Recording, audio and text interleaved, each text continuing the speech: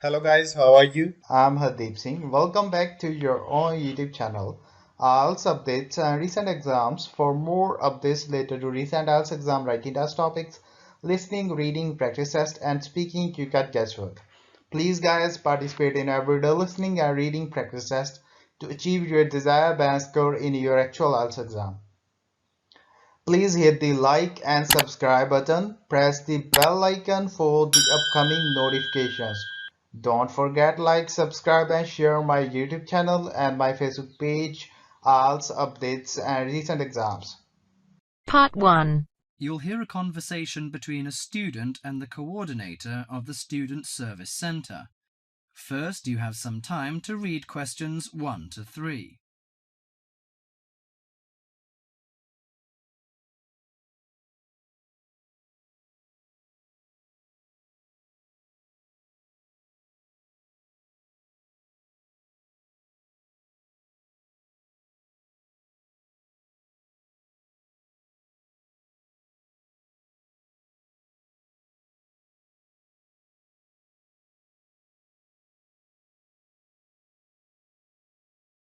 Hi, sit down please.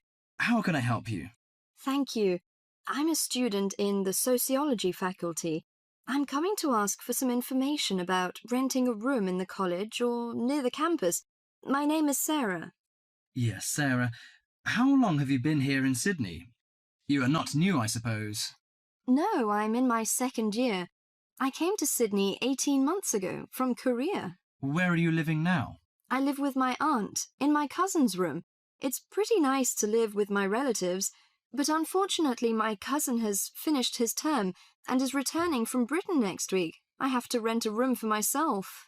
Yes, it sounds a little unfortunate, but I suppose it's a good chance for you to have a deeper understanding to real world.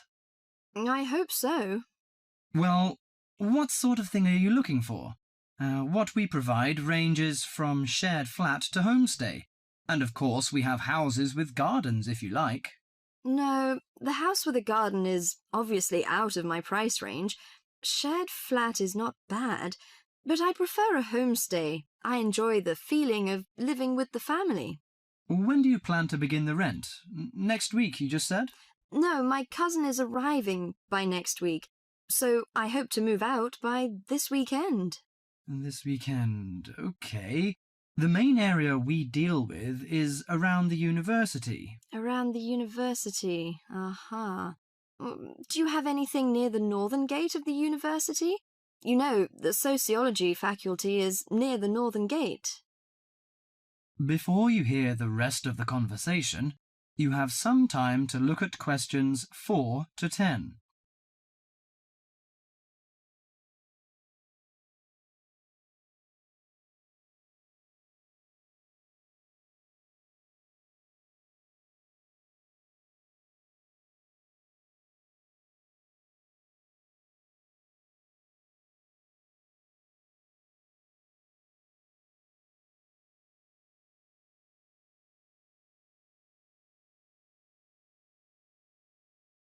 Yes, what sort of price are you thinking of? Well, could you give me some idea? You know, I have no experience of renting a room. I don't know what price is reasonable, but I hope it's not over $300. I see. Usually the homestay ranges from $180 per month. Only $180?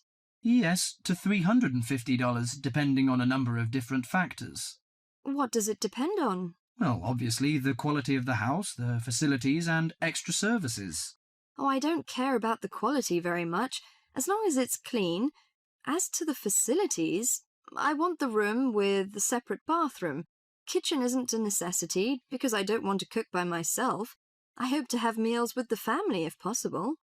Okay, let me check the files. Yes, I think this one might suit you. It's a family house with 2 vacant bedrooms. How about the owner of the house? I mean, is it a family or... According to the file, it is a retired lady. She wants to find college students as tenants. That's great! What's the condition of the rooms? The bigger bedroom is furnished and with a bathroom. and the rent is $320 per month. The smaller one charges $250. It is furnished too, but without bathroom. Oh, $320. It's a bit out of my range, but I think I prefer the bigger one. How about the meals? Well, the rent includes breakfasts and suppers. No lunches, however. You have to buy your lunch. That's no problem. I usually have my lunch in the college cafeteria. And that doesn't cover the water bill and electricity fee, but the laundry is included. Fine. Could you tell me the address? Yes, it's on 323 West Park Road. Let me get that down. 323. Okay, it's near the university. So, when can I have a look at the room? You know, I'm a little pressed for time. The file says the landlady is in every afternoon. So this week, say, Friday? Oh, I'm afraid I can't make it then. I have a lecture on Friday afternoon till 5:30. How about Thursday? Okay, that's fine. Would 5 be okay? Yes, fine. Just come here. Yes, here in the student service office. Oh, before I forget, before moving, you have to pay 1 month's rent in advance. Really? Oh, I didn't know that before. Could I ask why? As the deposit. You know, in case you damage the property or move out without giving notice. Usually this doesn't happen, but standing in the owner's shoes... Yes, I understand it all. So that's $320. Okay, I'll take the money if I'm satisfied. Well, a word of advice. Don't forget to get a receipt when you pay the deposit or rent. Yes, thank you so much. That is the end of part 1. You now have half a minute to check your answers.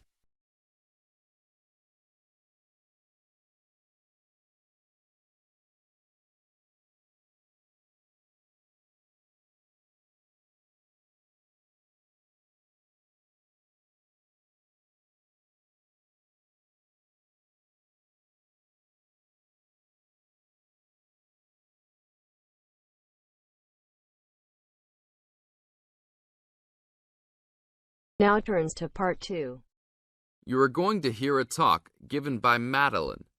She is going to introduce the recreational facilities on campus and in town. First, you have some time to look at questions 11 to 20.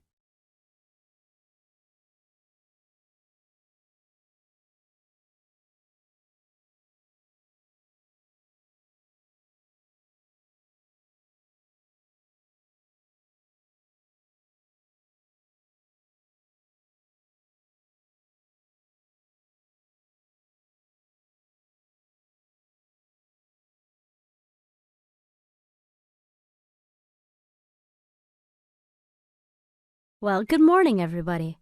My name's Madeline Stewart, and I'm here to tell you about the recreational facilities available on campus, and also to tell you something about what the town has to offer. You may already know that your Students' Union membership also includes membership of the Sports Union, which provides a range of sporting and recreational facilities on campus, much the same as those in most British universities. The Sports Union has football, tennis, and cricket teams in local competitions. And really, most sports are catered for in some way on campus, even if they're just social matches. In the building itself, there are fitness classes and a full gym, including weights. The Sports Union can also provide cheap tickets to some major sporting events. And to keep you up to date with everything available, there's a weekly newsletter distributed around the campus. You should check this to find out the names and phone numbers of the contact people for each sport or activity you're interested in. Yes, did you have a question? Yes, apart from what you've just said, does the Sports Union offer individual help in any of its activities, for example, in getting fit and healthy? Yes, we do. The Sports Union has a fitness assessment clinic every Friday, staffed by the resident sports trainer, who can provide advice on the best program for you and refer you to various charts. I'm sure you all realize that for any medical assessment or health problem, you should go to the University Medical Service. The sports trainer can also advise you on a suitable training program using the weights. And now on to Ashbury. For a town of its size, Ashbury has some unusually good leisure and sporting facilities.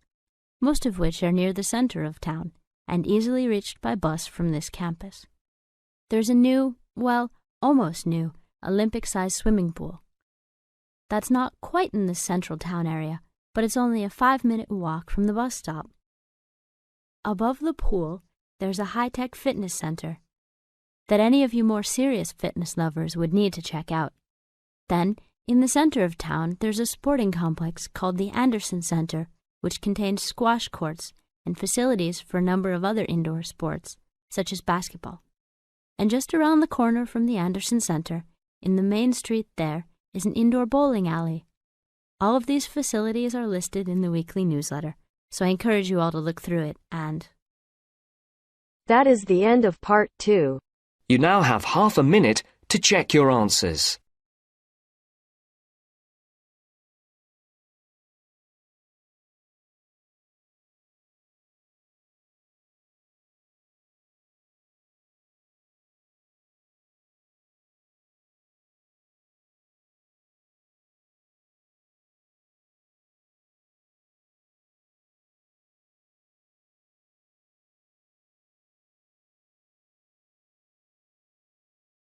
Now turns to part 3.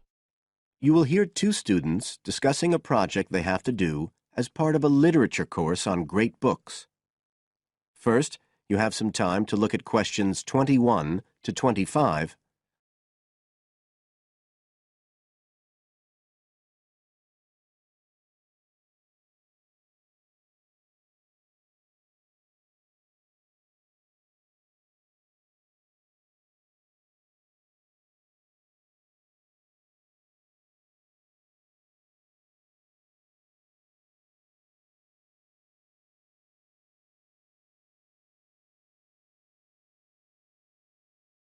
Now listen carefully and answer questions 21 to 25. Hi, Joey. How are you doing? I heard you were sick. Oh, hi, Olivia. Yeah, I had a virus last week, and I missed a whole pile of lectures, like the first one on the great books in literature, where Dr. Castle gave us all the information about the semester project. I can give you copies of the handouts. I've got them right here. That's okay. I already collected the handouts, but I'm not very clear about all the details. I know we each have to choose an individual author. I think I'm going to do Carlos Castaneda. I'm really interested in South American literature. Have you checked he's on the list that Dr. Castle gave us? We can't just choose anyone. Yeah, I checked. It's okay. Who did you choose? Well, I was thinking of choosing Ernest Hemingway, but then I thought, no, I'll do a British author, not an American one. So I chose Emily Bronte. Okay.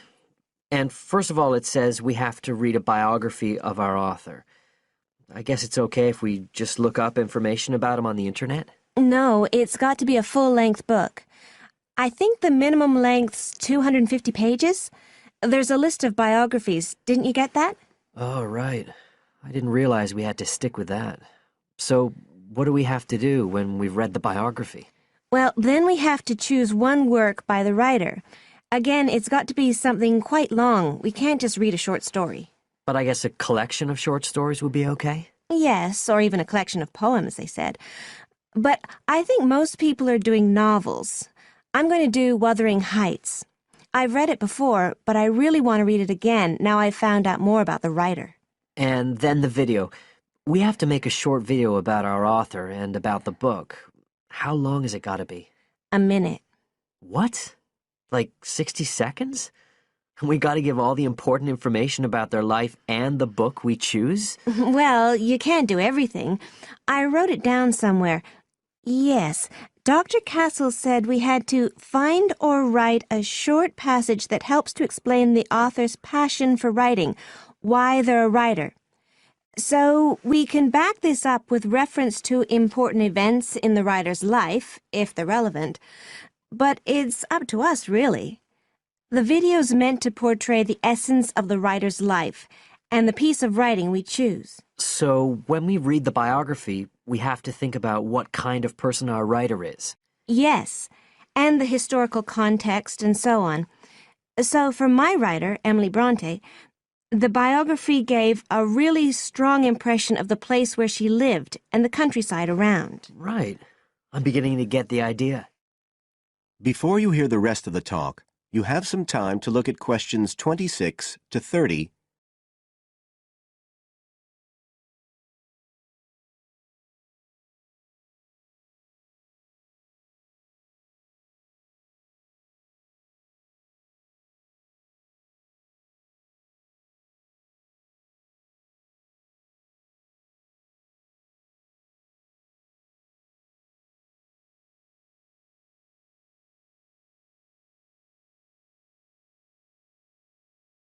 Now listen and answer questions 26 to 30. Can I check the other requirements with you? Sure. The handout said after we'd read the biography, we had to read the work we'd chosen by our author and choose a passage that's typical in some way, that typifies the author's interests and style. Yes, but at the same time, it has to relate to the biographical extract you choose. There's got to be some sort of theme linking them. Okay, I'm with you. And then you have to think about the video. So are we meant to dramatize the scene we choose? I guess we could, but there's not a lot of time for that. I think it's more how we can use things like sound effects to create the atmosphere, the feeling we want. And presumably visuals as well? Yeah, of course. I mean, I suppose that's the whole point of making a video.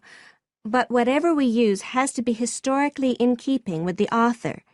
We can use things like digital image processing to do it all. So we can use any computer software we want? Sure. And it's important that we use a range, not just one software program. That's actually one of the things we're assessed on. Okay. Oh, and something else that's apparently really important is to keep track of the materials we use and to acknowledge them. Including stuff we download off the internet, presumably? Yeah, so our video has to list all the material used with details of the source in a bibliography at the end. Okay. And you were talking about assessment of the project. Did they give us the criteria? I couldn't find anything on the handout.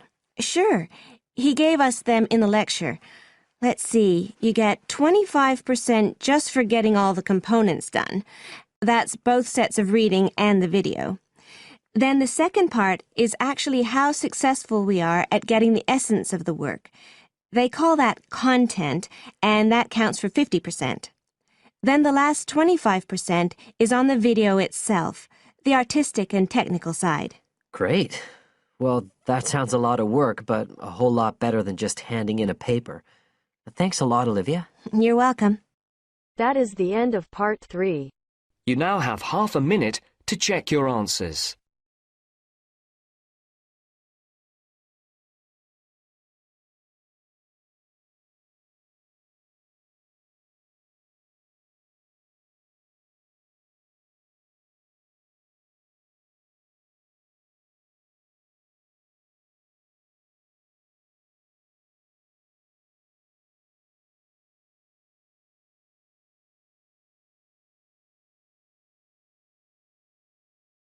Now turns to part 4. You will hear a woman giving a talk at a popular science convention. She is describing research into artificial gills designed to enable humans to breathe underwater. Now you have some time to look at questions 31 to 40.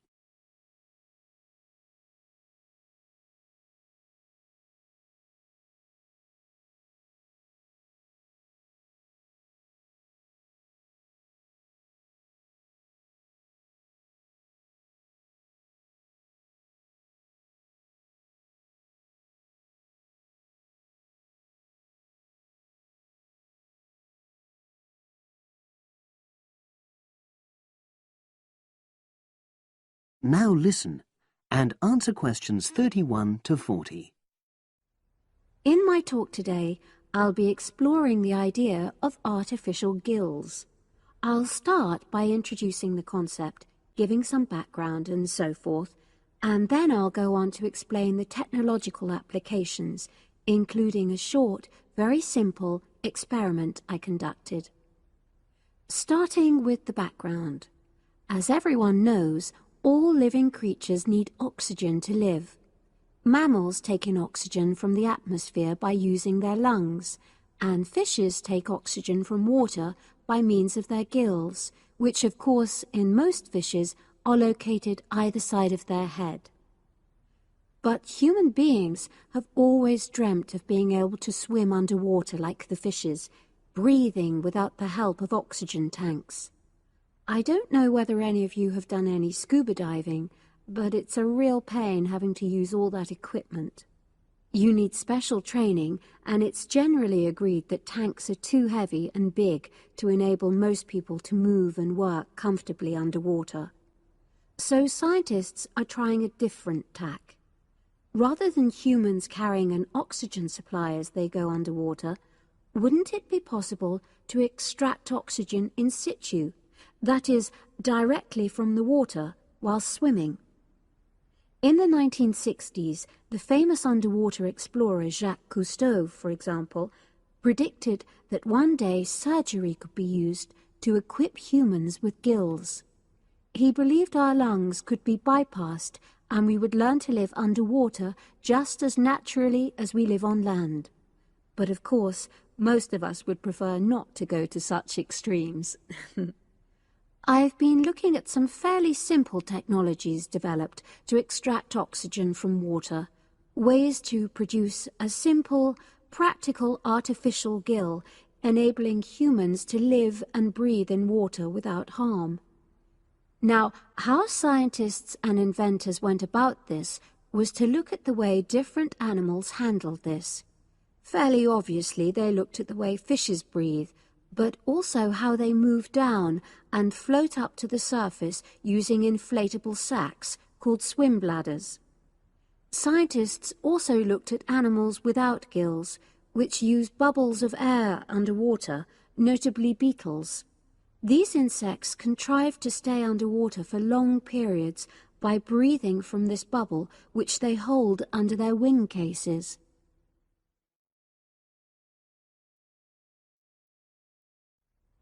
By looking at these animal adaptations, inventors began to come up with their own artificial gills. Now, making a crude gill is actually rather easy, more straightforward. You take a watertight box, which is made of a material which is permeable to gas, that is, it allows it to pass through inwards and outwards. You then fill this with air, fix it to the diver's face, and go down underwater.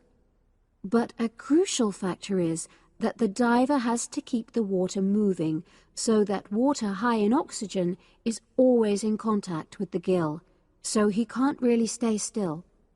And to maximize this contact, it's necessary for your gill to have a big surface area. Different gill designers have addressed this problem in different ways, but many choose to use a network or lattice arrangement of tiny tubes as part of their artificial gills. Then the diver is able to breathe in and out. Oxygen from the water passes through the outer walls of the gill, and carbon dioxide is expelled. In a nutshell, that's how the artificial gill works.